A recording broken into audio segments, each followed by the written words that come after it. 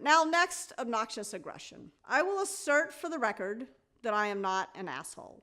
However, I do sometimes behave like one, and I happen to know that all of you do too. We all do. Every single person on the face of the planet has probably at least once a day behaved a little bit like a jerk. So here's a story about one such time for me. Again, shortly after I had joined Google, I got into an argument with Larry Page, one of the founders, about an AdSense policy. And I sent an email to Larry and a bunch of other people saying, Larry claims he wants to organize all the world's information, but if he'll make us a buck, he's willing to create clutter sites that muddle the world's information. Not my most politically astute moment. So it's worth kind of double-clicking on this and asking, why did I do that? The reason why I sent that email in such a rude way was because I believe, probably like all of you, that there's a special place in hell for people who kiss up and kick down. But that doesn't mean that doing the exact opposite makes tons of sense either. Because caring personally is something you owe to everybody you work with, whether it's the person who is the most junior person or in the organization or the person who founded the company, whether it is the person who's serving you in some way or the person who's the economic genius of our time.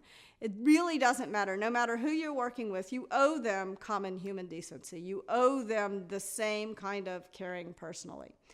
So that is why I made the mistake. Now, of course, the cover-up is always worse than the crime. What happened next was what took me to an even worse place, to manipulative insincerity. A friend of mine called me up and said, why did you send that email? It's incredibly obnoxious. And I realized it was obnoxious. It was not radically candid. So I realized that my friend was right. I had been a total jerk. And so the next time I saw Larry Page, I did the exact wrong thing. Rather than moving in the correct direction on the care personally dimension of radical candor, rather than apologizing for having been a jerk, which I had been, I moved in the wrong direction on the challenge directly. I still thought I was right, but what I said to Larry was, Larry, I'm really sorry about that email. I realized that you're right and I was wrong. Two problems with saying that. The first was I was lying, and the second was that Larry knew I was lying. He has a pretty good BS meter, and he kind of looked at me like I was some kind of bird that had pooped on his shoulder and walked off. It was one of those cringe moments. The guy sitting next to me sort of patted me on the shoulder and said, I think he likes it better when you argue with him. So don't make that mistake. We all do it. When we realize we've been a jerk, it's so tempting to just back off the challenge and pretend that we believe something we don't believe.